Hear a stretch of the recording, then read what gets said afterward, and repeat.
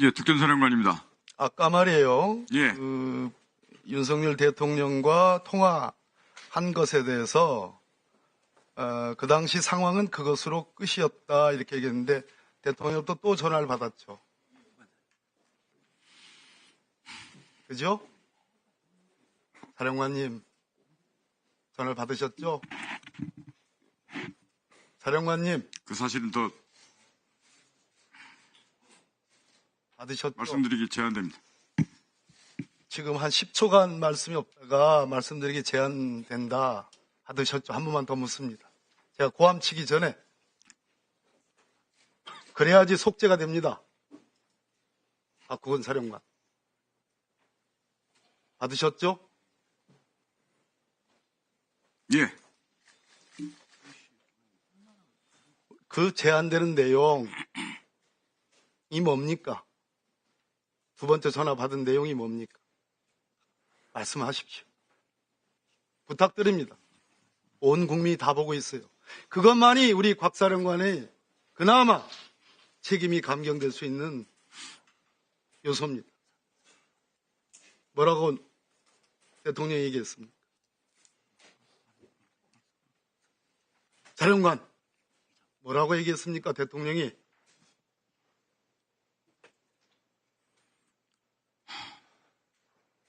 말씀드리기 제한됩니다. 사령관 한 번만 더 부탁합니다. 두 번째 전화 왔을 때 뭐라고 했습니까? 말씀드리기 제한됩니다. 그 시간 두 번째 전화 왔을 때 어디까지 가셨습니까? 사령관은 어디까지 가셨다는 게 어디 있었습니까? 전투 통제실에 있었습니다. 들어가십시오. 책임이 별로 가벼워질 것 같지 않아요. 그러나 대통령의 또 다른 전화를 받았다는 점은 평가합니다. 들어가세요. 정보사령관 나와봐요. 문상호 정보사령관. 시간 좀 끊어주세요. 예, 정보사령관입니다. 아까 야간에 임무를 줄 수 있다. 그래서 대기하고 있었다고 그랬잖아요. 예, 그렇습니다. 중앙선관위 서버에 정보사 요원들이 들어갔죠. 그렇습니다. 거기서 소위 선거인 명부 관련해서 통합선거인 명부 그거를 가져오라는 지시 받았죠. 그런 지시는 받은 사실이 없습니다. 서버를 사진을 찍은 사람이 누굽니까? 제가 지시를 했고 팀장입니다. 팀장 이름이 누굽니까? 나중에 별도로 말씀드리겠습니다. 별도가 어디 있습니까? 국민이 알아야 돼요. 누굽니까? 지금 현재 조사가 진행 중이기 때문에 그 부분은 답변이 제한됩니다. 김영현 국방부 장관이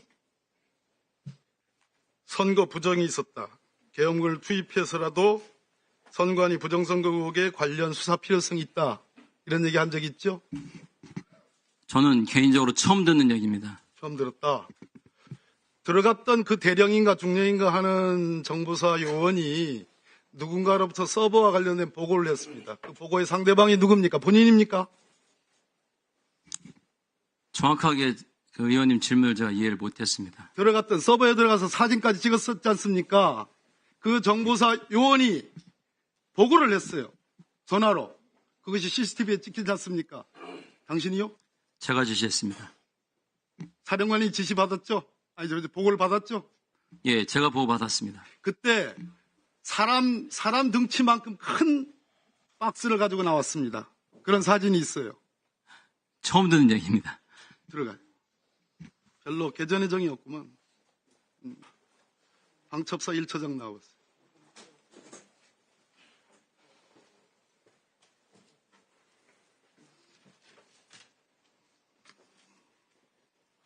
예. 1처장, 날 봐요. 예. 대통령이 부정선거 의혹에 대해서 관심을 갖고 있다는 건 알고 있죠? 그거는 좀 모릅니다. 몰라. 예. 지금 아까 합수본부 이런 얘기를 했죠? 그렇습니다. 합수본부가 구성이 됐습니까? 구성되지 않았습니다. 않았죠? 네. 계엄사령부 직전령에 의하면 합수본부를 둘 수 있다. 비상계엄이 발동되면. 그리고 대통령이나 장관이 계엄사령관의 추천을 받아서 합수본부장을 임명할 수 있다. 알고 계시죠? 알고 있습니다. 1979년 소위 그 쿠데타, 그 비상계엄 때 계엄공고 5호로 합동수사본부 설치 이렇게 되어 있습니다.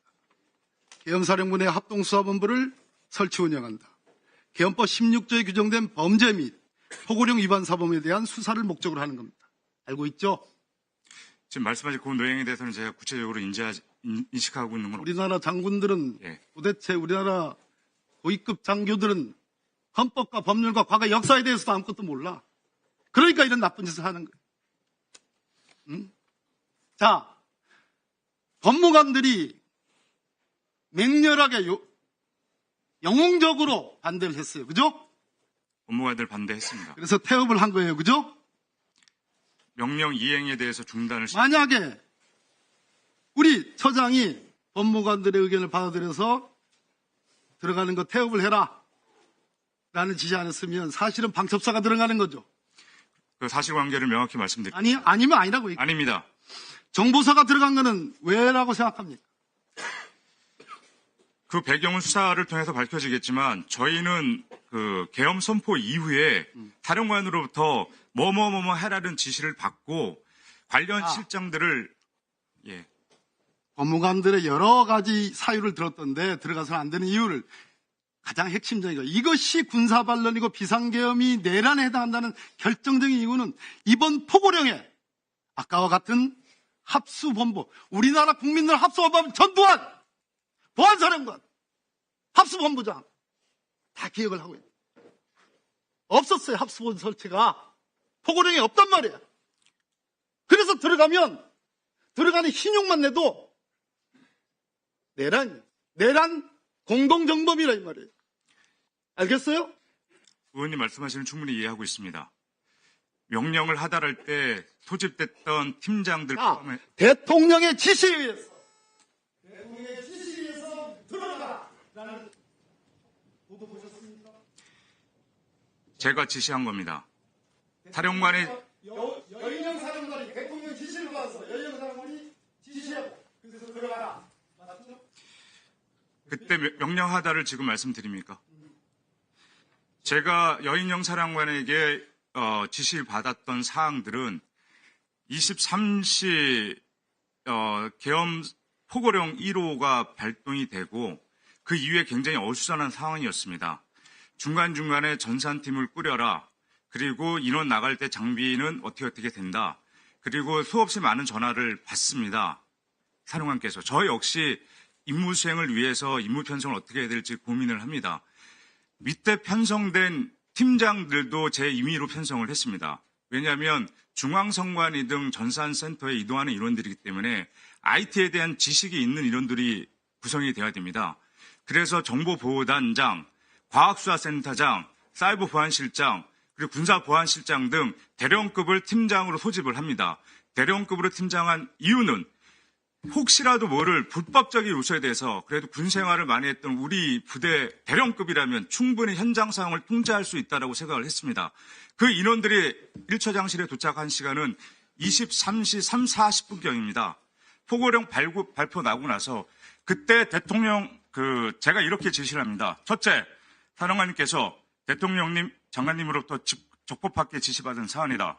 둘째, 1처장은 우리 부대원 보호 및 조직 보호가 최우선으로 적법한 절차를 절대 준수해라.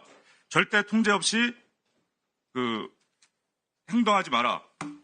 3번, 포고령 2번 항목, 가짜뉴스, 여론조작, 허위선동을 금한다 등 위반 가능성에 대비한 것이다. 4번, 임무는 중앙선관위 등 사개소 현장 위치, 음영, 상황 변화 시 서버실 출입 통제 등 서버실 확보 대기, 과천, 관악, 중앙선관위, 수원, 연수원 등입니다. 위치는 어디입니까? 라는 팀장들의 지리가 있었습니다. 인터넷을 찾아봐라. 나도 현장 상황을 확인해야 된다. 여기까지입니다. 5번째, 4개 팀으로 구성한다.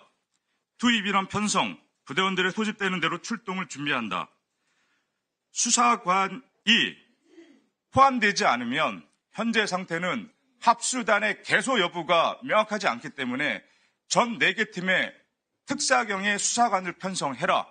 수사관이 없으면 우리 행동 자체가 불법으로 될 수가 있다.